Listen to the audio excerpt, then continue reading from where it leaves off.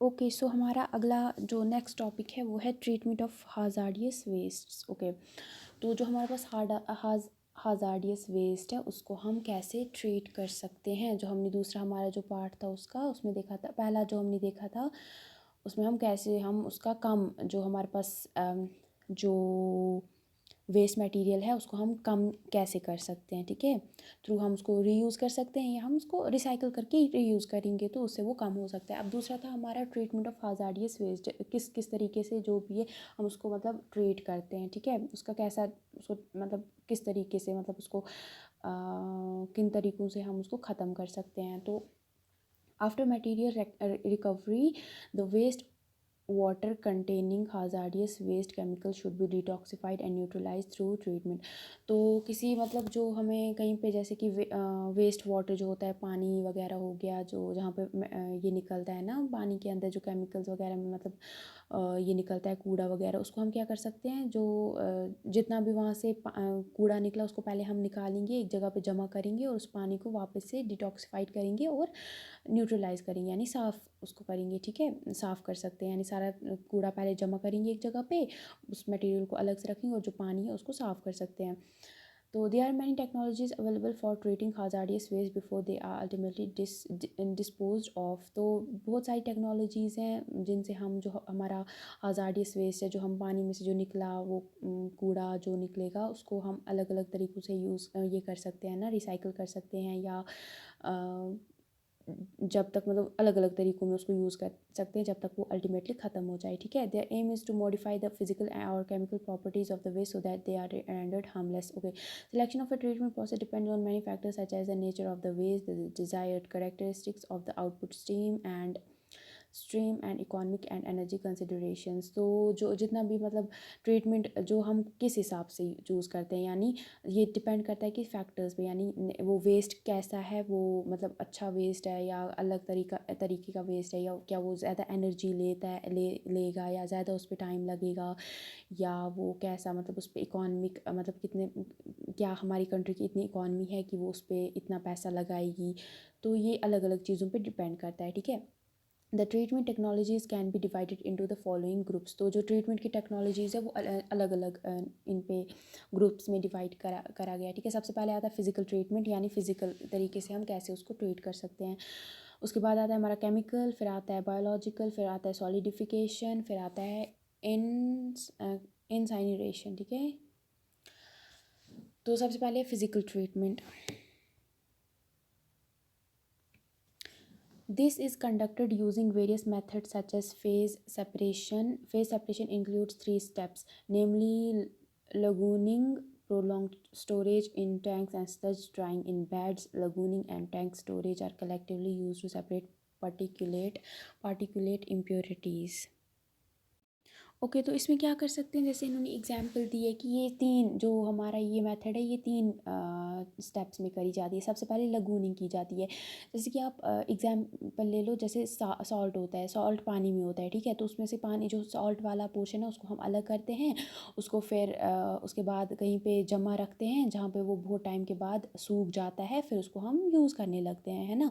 तो इसी तरह अलग अलग जो वेस्ट मटेरियल्स होंगे पानी में उनको हम क्या कर सकते हैं, वहाँ से निकालेंगे यानी लगून करेंगे, उसको लगूनिंग का प्रोसेस यूज़ करेंगे, फिर उसको बहुत टाइम तक जो सूखा वाला बेड वगैरह जो होगी, सूखी जो साइड से होगी पानी की, उस पर उसको जमा रखेंगे जब तक वो सूख जाएगा, फिर उसको अलग तरीके से या तो फेंक देंगे सूख के, क्योंकि वो पतला हो जाएगा ना, बहुत कम हो जाएगा, और फिर उसको अगर यूज़ की चीज़ है वो यूज़ करेंगे या उसको फेंक देंगे। तो इससे ये यूज़ कर सकते हैं हम। ठीक है, तो ये जो ट्रीटमेंट है ये यूज़ किया जाता है जो भी पानी में या टैंक वगैरह में जो भी इम्प्योरिटीज़ वगैरह होती हैं उनको ख़त्म करने के लिए ये वाला जो ट्रीटमेंट है यूज़ किया जाता है। उसके बाद आता है हमारा केमिकल ट्रीटमेंट। तो इसमें क्या होता है, this is use to facilitate complete breakdown of hazardous waste and more usually to modify the chemical properties of the waste, example to reduce water solubility or to neutralize acidity or alkalinity.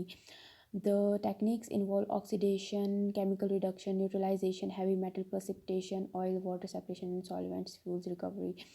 तो ये किया जाता है पूरा मतलब जो hazardous waste होता है उसको पूरे तरीके से ख़त्म करने के लिए ये वाला प्रोसेस यूज़ किया जाता है, ठीक है। जो उसकी जो फिर केमिकल प्रॉपर्टीज़ वगैरह हैं, जैसे कि पानी के अंदर कितना नमक है, कितना एसिड है, उन सारी चीज़ों को ख़त्म करने के लिए यूज़ किया जाता है, ये टेक्निक यूज़ की जाती है, ठीक है। जो इसके अंदर टेक्निक्स यूज़ की जाती है वो होती है ऑक्सीडेशन, केमिकल रिडक्शन, न्यूट्रलाइजेशन वगैरह, ठीक है। देन आता है हमारा बायोलॉजिकल ट्रीटमेंट। इसमें होता है the gross impurities obtained from treatment of sewage are collectively known as sludge which is given biological treatment before disposal. This is known as sludge processing which has become important since improvements in industrial wastewater treatment. The typical technologies for sludge processing include conditioning, digestion, composting, thickening और dewatering and solidification. तो इसमें क्या किया जाता है, जितनी भी impurities होती हैं ना, जो ख़राब, जो बहुत ज़्यादा जैसे इनमें होती है ना, जो बहुत कूड़ा जो घरों से निकलता है, ख़राब वाला कूड़ा जो निकलता है, सैवेज जिसको हम बोलते हैं, तो जो ड्रेन्स वगैरह में से जो कूड़ा निकलता है तो उसको हम स्लज बोलते हैं, ठीक है। तो ग्रॉस इम्प्योरिटीज़ भी बोल सकते हैं, यानी बहुत ज़्यादा जो ख़राब गंदी चीज़ें होती हैं, और हम स्लज भी बोलते हैं उसको।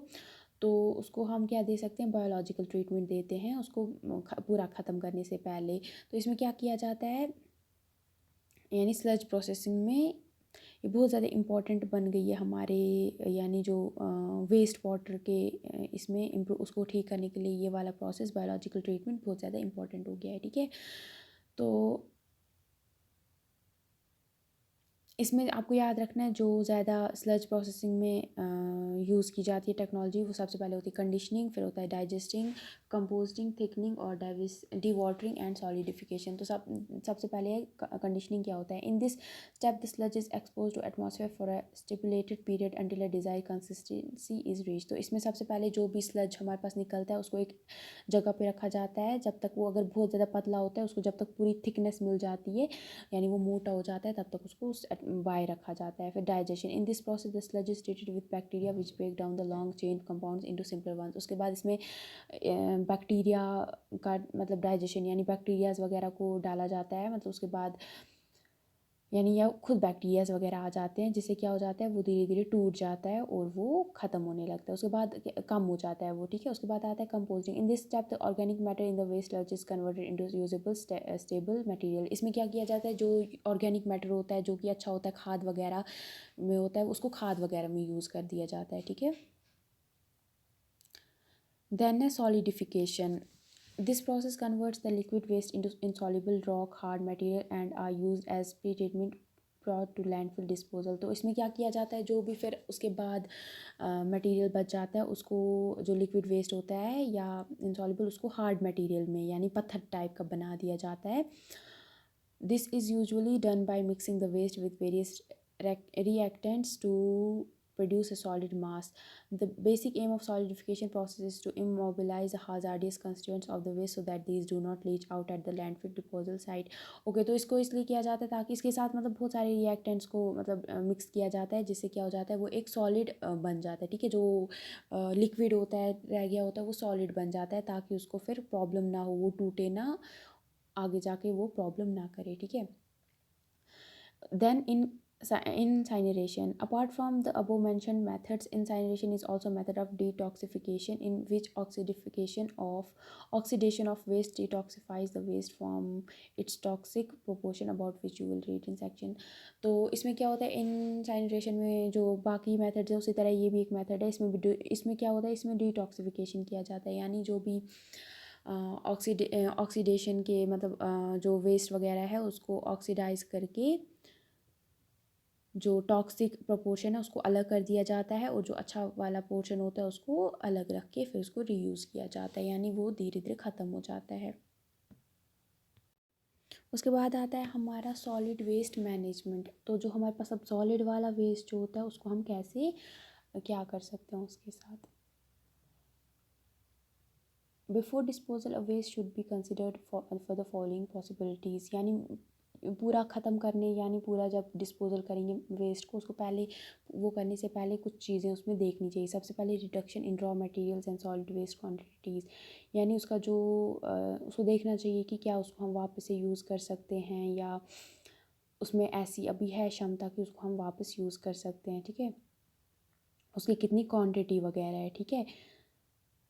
Then reuse of waste materials, तो उसको क्या वापस रीयूज़ कर सकते हैं। मटेरियल्स रिकवरी, क्या उसमें जो मटेरियल्स है उनकी रिकवरी हो सकती है। एनर्जी रिकवरी, क्या उसमें जितनी एनर्जी वगैरह है वो उसकी रिकवरी हो सकती है, ठीक है, वो देखना है। सबसे पहले है reduction in raw materials and solid waste, this can be achieved by inducing the amount of materials used in the manufacture of a product, increasing the life of the product, reducing the amount of materials used for packing the consumer goods. Okay, तो हम कोई भी चीज़ अगर नहीं बनाते, उसको बनाने से पहले हमें क्या करना है, तो सॉलिड यानी reduction in raw materials and solid waste. तो इसमें क्या कर सकते हैं, हमें पहले सबसे पहले देखना है कि क्या जो उसमें मटेरियल लग रहा है उसको हम कम मटेरियल प्रोडक्ट बनाने के लिए कम जो मैन्युफैक्चर कर रहे हैं, जब हम प्रोडक्ट को बना रहे हैं उसमें कम कुछ मटेरियल्स को कम भी कर सकते हैं, ठीक है। ये पहले उसको बनाने से पहले हमें देखनी है, ठीक है। देन इंक्रीजिंग द लाइफ, उसके बाद हमें जो प्रोडक्ट हम बना रहे हैं उसकी लाइफ लॉन्ग बनानी है, ठीक है, लंबी उसकी ज़िंदगी बनानी है, ताकि लोगों को दोबारा ज़्यादा कुछ टाइम जल्दी कोई चीज़ ना खरीदनी पड़े। Reducing the amount of materials, तो उसके बाद हम कर सकते हैं जो पैकिंग वगैरह या कंज्यूमर गुड्स वगैरह जो मतलब जो गुड्स जो बेचने चीज़ें उनकी जो पैकिंग वगैरह उस पे जो मटेरियल्स लगते हैं उसको हम कम कर सकते हैं। Then reuse of waste materials. Reuse of waste materials now occurs most commonly in those situations where a product has utility in more than one application. For example, the paper bags used to bring home groceries are used to store household waste. So soup and vegetables containers are used to store cooking medium like ghee or oil. Plastic bottles are reused to store water. तो इसमें क्या कर सकते हैं, हम देख सकते हैं कोई चीज़ें, बहुत सारी चीज़ें जो हम घर मतलब चीज़ें बाहर से लाते हैं उनको हम घर में देख सकते हैं कि उनको हम दोबारा अलग अलग चीज़ों में यूज़ कर सकते हैं। जैसे पेपर बैग्स होते हैं उनमें हम वेजिटेबल्स रख सकते हैं, अलग अलग चीज़ें रख सकते हैं। जैसे कोई चीज़ मतलब कोई बैग होता है उसमें हम जो ना पेपर बैग नहीं, बाकी जो बैग होते हैं ना ही क्लोथ बैग, बाकी आधे बैग्स होते हैं ना प्लास्टिक के बगैर भी बहुत सारे बैग्स होते हैं जो अच्छे होते हैं, लिफाफे जो होते हैं उनमें हम सूप रख सकते हैं, वेजिटेबल्स रख सकते हैं, या कंटेनर्स जो लाते हैं हम बाहर से दुकानों से उनको हम उनमें घी ऑयल व या हल्दी मिर्ची ऐसी चीज़ें रख सकते हैं, है ना, तो उसको यानी रीयूज़ कर सकते हैं। और जैसे प्लास्टिक बॉटल्स वगैरह होती हैं उनमें हम पानी रख सकते हैं, उस इस तरीके से यूज़ कर सकते हैं, उनको हम रीयूज़ कर सकते हैं। Then material recovery and recycling. A number of materials present in the municipal and industrial wastes are suitable for recovery and recycling. अगर हम देखें तो बहुत सारी जो म्यूनसिपलिटी जो हमारे मतलब वेस्ट वगैरह जमा रखती है एक जगह पर, वहाँ देखें तो वहाँ पे बहुत सारी चीज़ें ऐसी होती हैं जिनको हम वापस से ठीक करके रीयूज़ कर सकते हैं, रिसाइकल करके रीयूज़ कर सकते हैं। About 10 to 15% of solid waste are recoverable, यानी 10 to 15, अगर 100% है उसमें से 10 to 15% जो होगा वो उसको हम वापस से रिकवर कर सकते हैं। Most suitable materials are the waste generated by paper, जैसे कि paper, cardboard, glass, ferrous metals, non ferrous metals, mostly aluminium, plastics and rubber वगैरह, इनको हम वापस से यूज़ कर सकते हैं। On the country leather, textile and food waste are unsuitable candidates for material recovery. और वहीं अगर देखिए जैसे कि हमारे लेदर, टेक्सटाइल या फूड वगैरह के ये वेस्ट हैं, ये वेस्ट वगैरह इनको वापस हम रिकवर नहीं कर सकते हैं ना। Fly ash from thermal power plants can be used to make bricks for construction. उसके बाद आता है एनर्जी रिकवरी। आफ्टर सेग्रीगेशन यानी अलग अलग करने के बाद वेस्ट को in the above mention categories, the remainder is considered for the recovery of heat by burning incineration. Incineration होता है, इसमें हम जो भी प्रोडक्ट होता है उसको हम जलाते हैं, ठीक है। Because after segregation of waste in the above mention categories, यानी जो ऊपर हमने पहले पढ़ी उनमें यानी वेस्ट को अलग अलग करके क्या उसके बाद हम क्या करेंगे, the remainder is consider for, अब जो चीज़ें बच जाएंगी जो हमें मतलब नहीं चाहिए उनको हम क्या कर सकते हैं, जला सकते हैं। इंसाइनरेशन उसको उसका प्रोसेस हम इधर यूज़ कर सकते हैं। Because about 70% of the components that comprise solid waste are organic. The potential for recovery of heat energy is high. The energy content in the waste matter is converted to a form that can be used more easily. The remainder ash is also more compact and weighs less, occupying a smaller volume. तो उसके बाद मतलब बहुत सारे जो पहले हमने जो 4 पढ़े, इससे पहले वाले 3 पढ़े स्टेप्स, उसमें देखा हमने कि चीज़ें मतलब अलग अलग हमने वेस्ट को कर दिया। इसमें अब हम क्या करेंगे, लास्ट में जो आएगा उसमें हम उसको जला देंगे। उसके बाद जो जलाने के बाद जो ऐश वगैरह निकलेगा वो लास्ट में मतलब वो निकलेगा, उसमें ये जो भी हमारा वेस्ट होगा वो बहुत ज़्यादा कम हो जाएगा, है ना, वो कर सकते हैं हम। और उसके बाद जो ऐश निकल रहा है उसको हम क्या कर सकते हैं, जो हमारी ज़मीन होती है या कोई एरिया होता है जहाँ पे हमने प्लांट्स वगैरह लगाए हैं, उसमें हम ये यूज़ कर सकते हैं, उसमें डाल सकते हैं, तो वो वहाँ पे ख़त्म हो जाएगा। तो ये मेरी अपनी ये थी थोड़ी, क्या इसको बोलते हैं, मतलब, लेकिन अब हो जाएगा ना कि कोई वेस्ट ऐसा होता है जो कि अच्छा नहीं हो सकता है, तो वो भी सोचना है कि अगर लकड़ी वाला वेस्ट है वो हम यूज़ कर सकते हैं, मतलब प्लांट्स वगैरह के लिए, बट ऐसे भी कुछ वेस्ट होते हैं जैसे कि म्यूनसिपैलिटी वाले वेस्ट होते हैं जो कि अच्छे नहीं होते हैं प्लांट्स वगैरह के लिए, तो उनको प्रॉब्लम हो सकती है, तो वो फिर देखना है, वो कर सकते हैं।